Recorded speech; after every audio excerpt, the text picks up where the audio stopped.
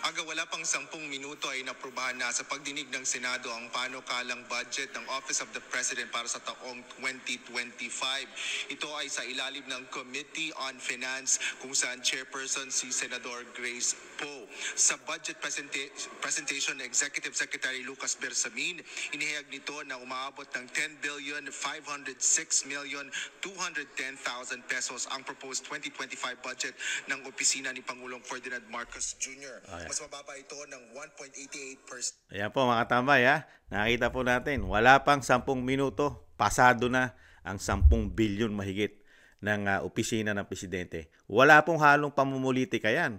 Pagkatatanungin nyo po ang institusyon po ng Kamara pagdating sa opisina ng Vice President. Walang halo pong pamumulitika yan mga tambay. Wala pang 10 minuto, ikumpara mo naman sa office ng Vice President na kulang 1 buwan na tinatalakay mga katambay ang pondo